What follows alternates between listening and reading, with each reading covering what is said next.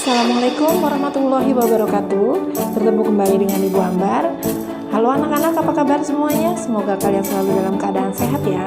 Nah, kali ini Ibu akan menjelaskan kembali tentang aliran lukisan dan gaya lukisan. Mari kita simak sama-sama. Kita akan mempelajari tentang aliran dan gaya lukisan. Gaya lukisan yang pertama adalah gaya representatif. Representatif merupakan gaya lukisan yang menyajikan kembali keadaan nyata daripada alam yang menjadi objek si pelukis. Jadi sesuai dengan kehidupan sehari-hari ketika objek tersebut akan dituangkan ke dalam lukisan. Gaya representatif terdiri dari aliran realisme. Realisme merupakan aliran seni rupa yang menggambarkan keadaan nyata dari satu lingkungan yang menjadi objek melukis. Nah, jadi tidak ditambah atau dikurangi kondisinya sesuai dengan kenyataan yang ada pada saat pelukis itu melihat objeknya.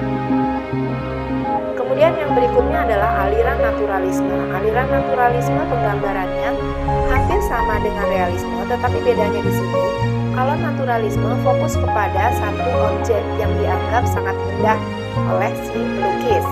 Nah, ketika penggambaran objek tersebut, pelukis sangat memperhatikan perspektif, kemudian memperhatikan warna, proporsi, lalu keseimbangan, sehingga hasilnya sangat mirip dengan aslinya. Kalian bisa lihat di sini contohnya.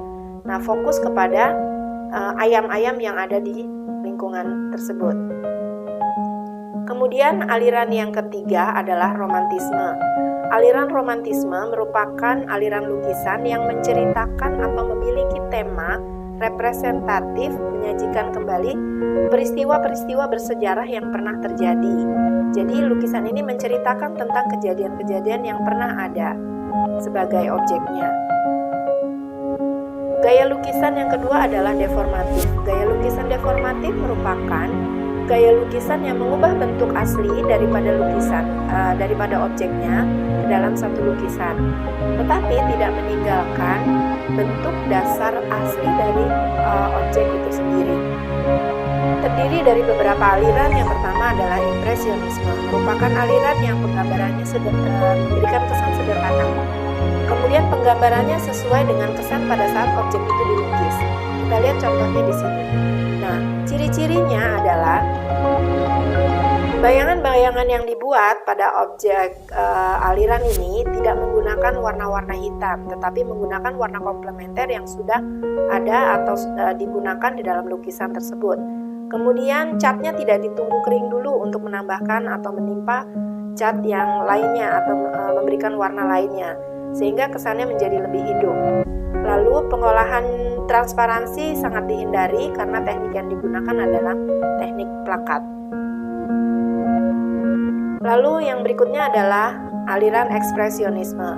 Ekspresionisme merupakan aliran seni rupa yang menonjolkan ungkapan dari dalam jiwa si perupa. Nah, gambarnya atau penggambarannya ini sesuai dengan kondisi keadaan jiwa si pelukis ketika melihat objek tersebut.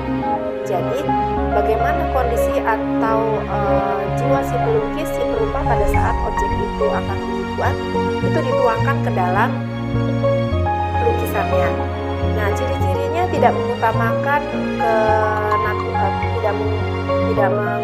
kenaturalan atau mirip dengan aslinya, tetapi ekspresif. Kemudian mementingkan ekspresi individu daripada seniman itu sendiri. Lalu aliran yang berikutnya adalah kubisme. Kubisme merupakan aliran seni rupa menyederhanakan objek nyata menjadi bentuk-bentuk kubus. Maksudnya di sini adalah bidang-bidang datar disusun sedemikian rupa sehingga membentuk satu objek. Nah, sekarang kalau kita lihat pada lukisan atau contoh gambar lukisan yang ada di sini, kita lihat bentuk pohonnya ini dari bentuk-bentuk bidang segitiga, salah satu contoh lukisan dari Pablo Picasso. Kita lanjutkan ke aliran lukisan yang berikutnya adalah surrealisme. Ini paling mudah untuk diidentifikasi karena aliran ini tidak sesuai dengan keadaan nyata. Jadi lebih kepada imajinasi. Berikutnya adalah gaya non-representatif. Gaya non-representatif ini kebalikan dari representatif. Kalau representatif menyajikan kembali lingkungan dunia atau lingkungan secara nyata, tetapi kalau non-representatif ini dalam bentuk abstrak. Alirannya adalah abstrak ekspresionisme. Nah, abstrak ekspresionisme ini spontan pembuatannya. Nah, terdiri dari dua jenis. Yang pertama adalah color field painting, yaitu mementingkan hasil pewarnaannya seperti ini. Kemudian action painting ini lebih mementingkan kepada teknik pembuatannya. Lalu aliran yang kedua adalah abstrak geometris, merupakan abstrak yang menggunakan bentuk-bentuk geometris, terdiri dari 4 jenis, yaitu yang pertama suprematisme, adalah abstrak dalam bentuk geometris murni. Kemudian konstruktivisme ini biasanya berupa 3 dimensi dengan menggunakan media besi, plastik, ataupun kawat. Lalu yang berikutnya adalah neoplatisisme, merupakan pewarnaan dengan menggunakan warna-warna pokok, yaitu merah, kuning, biru, yang bersifat siku-siku atau di dalam satu bentuk gambar siku-siku. Kemudian optical art. Optical art ini adalah seni visual yang menggunakan ilusi optik. Jadi sepertinya gambar itu bergerak. Kita lihat contohnya.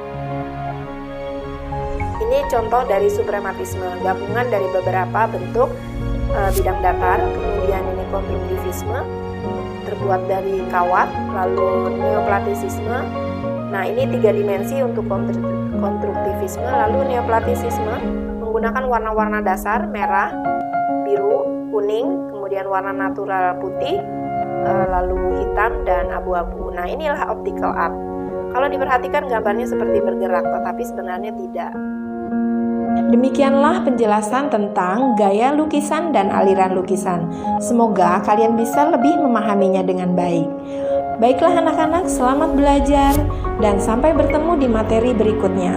Wassalamualaikum warahmatullahi wabarakatuh. Salam budaya.